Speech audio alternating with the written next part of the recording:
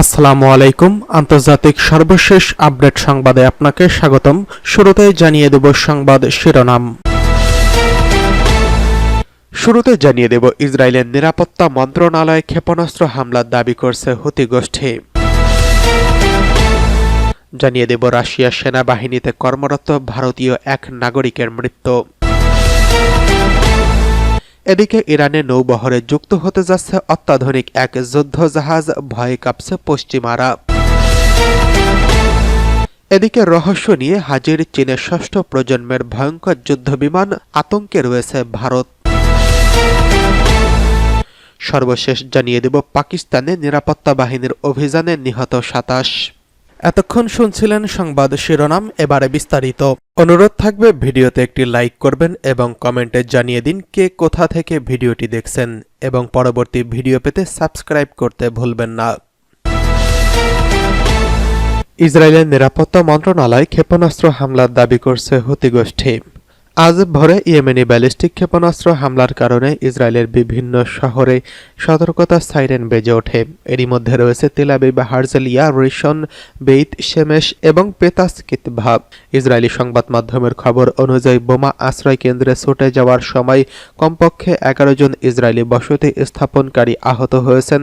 এদিকে ইসরায়েলি সামরিক কমান্ড জানিয়েছে যে ইয়েমেন থেকে ছোড়া ব্যালিস্টিক ক্ষেপণাস্ত্র ভূপাতিত করার জন্য বেশ কয়েকবার বাধা দেওয়ার চেষ্টা করা হচ্ছে। তাছাড়া ইসরায়েলি কর্তৃপক্ষ এখনও নিশ্চিত করেনি যে ক্ষেপণাস্ত্রটি সফলভাবে ভূপাতিত করা হয়েছে কিনা। অন্যদিকে ইয়েমেনি সশস্ত্র বাহিনীর মুখপাত্র ব্রিগেডিয়ার জেনারেল ইয়াহিয়া সারি আজ সকালে এই সর্বশেষ হামলার বিস্তারিত তথ্য জানিয়েছেন। তিনি জানিয়েছেন, তেল আবিবে ইসরায়েলি নিরাপত্তা মন্ত্রণালয়কে লক্ষ্য করে একটি প্যালেস্টাইন 2 হাইপারসনিক ব্যালিস্টিক ক্ষেপণাস্ত্র নিক্ষেপ করেছে হুতি। জেনারেল সারি বলেছেন, ক্ষেপণাস্ত্রটি শত্রুর প্রতিরক্ষা অতিক্রম করে তার লক্ষ্যবস্তুতে পৌঁছেছে। এছাড়া মানববিহীন বিমান বাহিনীর 4টি একমুখী ড্রোন দিয়ে ইয়াফায় গুরুত্বপূর্ণ ইসরায়েলি স্থান লক্ষ্য করে সামরিক অভিযান পরিচালনা করছে বলে জানিয়েছে হুতি। তিনি নিশ্চিত করেছেন 2টি অভিযান সফলভাবে তাদের লক্ষ্য অর্জন করেছেন।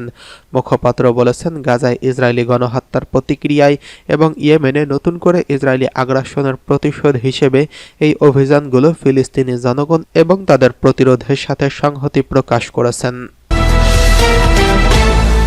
এদিকে রাশিয়ান সেনাবাহিনীতে কর্মরত ভারতীয় নাগরিকের মৃত্যু। রাশিয়ান সেনাবাহিনীতে কর্মরত একজন ভারতীয় নাগরিক মৃত্যুবরণ করেছেন। অন্য একজন মস্কোর একটি হাসপাতালে ভর্তি রয়েছেন। আজ ভারতের পররাষ্ট্র মন্ত্রণালয় থেকে এই তথ্য জানানো হয়েছে।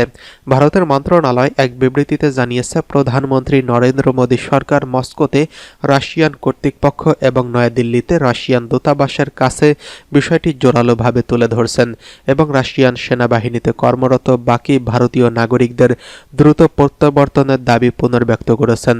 মন্ত্রণালয় জানিয়েছেন, মরদেহ ভারতে দ্রুত আনার জন্য রাশিয়ান কর্তৃপক্ষের সঙ্গে যোগাযোগ করা হয়েছে। এছাড়া আহত ব্যক্তিকে ছাড়পত্র ও ভারতে ফেরত পাঠানোর দাবি জানানো হয়েছে। উভয় পক্ষই দক্ষিণাঞ্চলীয় রাজ্য কেরালা থেকে এসেছেন বলে জানিয়েছে মন্ত্রণালয়। এদিকে রাশিয়ান সেনাবাহিনীতে ভারতীয় নাগরিকদের নিয়োগের স্থগিতাদেশের দাবি জানিয়েছে নয়াদিল্লি এবং রাশিয়ার কর্মসংস্থানের সময় ভারতীয়দের সতর্কতা অবলম্বন করার আহ্বান জানিয়েছেন।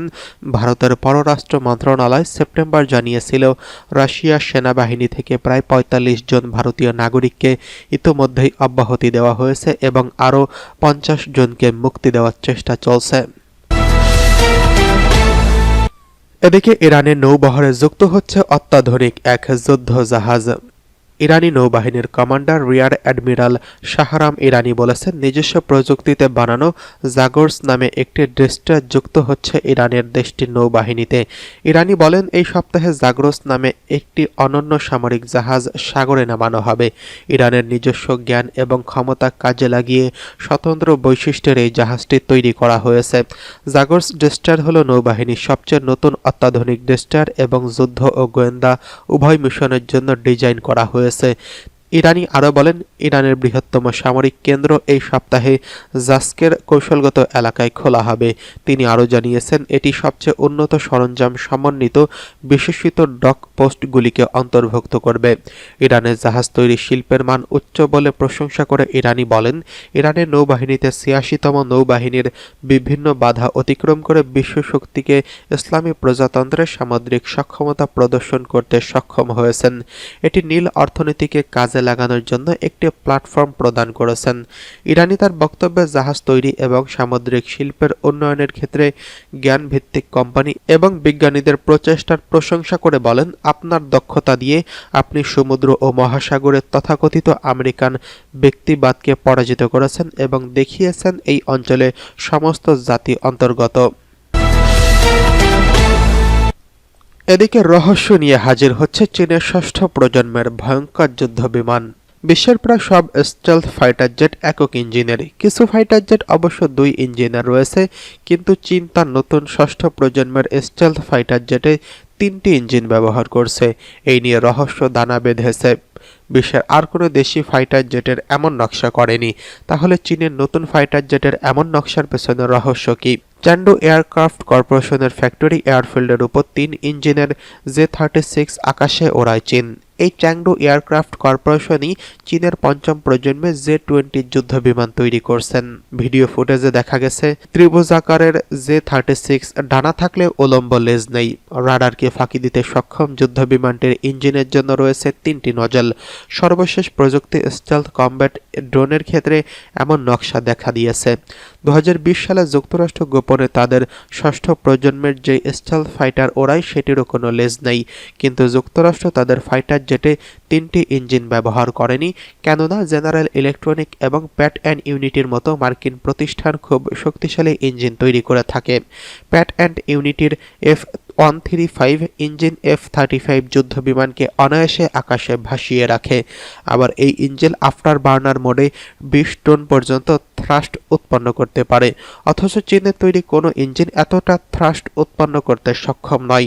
চীন কয়েক বছর আগে ফরাসি মার্কিন CFM56 ইঞ্জিনের একটি চীনা ধরন WS-10 তৈরি করে। এই ইঞ্জিন সর্বোচ্চ 15 টন পর্যন্ত থ্রাস্ট উৎপন্ন করতে পারে। অবশ্য চীন এখন WS-10 এর চেয়ে উন্নতর WS-20 ইঞ্জিন তৈরি করতে চাইছেন। পুরোপুরি লোড করার পর জে-36 এর ওজন হতে পারে 50 টন। ধারণা করা হচ্ছে জে-36 ফাইটারে 3টি WS-10 ইঞ্জিন ব্যবহার করা হয়েছে, যাতে ভারী বিস্ফোরক বহন করলে হাইপারসনিক গতিতে ছুটতে পারবে জে-36। তবে 3 ইঞ্জিন ব্যবহারের পেছনে আরও কারণ থাকতে পারে। বিশেষ করে আধুনিক যুদ্ধ বিমানে ইলেকট্রিক্যাল পাওয়ার ইঞ্জিন থেকেই আসে। আবার রাডার সেন্সরে প্রচুর শক্তির প্রয়োজন হয়। এছাড়া ডিটেক্টেড এনার্জি উইপেন এবং হাই এনার্জি লেজের মতো অস্ত্রেও প্রচুর পরিমাণ শক্তি খরচ হয়। এদিকে পাকিস্তানের নিরাপত্তা বাহিনীর অভিযানে নিহত 27। পাকিস্তানের দক্ষিণ পশ্চিমাঞ্চলে নিরাপত্তা বাহিনীর এক অভিযানে 27 বিদ্রোহী নিহত হয়েছেন। দেশটির বালুচিস্তান প্রদেশের কাচি উপজেলায় সশস্ত্র গোষ্ঠীদের এক গোপন আস্তানায় আজ এক অভিযান পরিচালিত হয়। পাকিস্তানের সেনাবাহিনীর বরাতে মার্কিন বার্তা সংস্থা AP এই খবর জানিয়েছেন।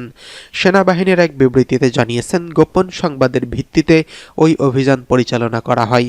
অভিযানে 27 সন্ত্রাসী নিহত হয়েছেন। নিরাপত্তা বাহিনীর সদস্য ও বেসামরিক নাগরিকদের উপর তারা বহু সন্ত্রাসী কার্যকলাপ চালিয়েছেন। আইন প্রয়োগকারী সংস্থা অনেক দিন ধরেই গ্রেফতারের জন্য খুঁজছে।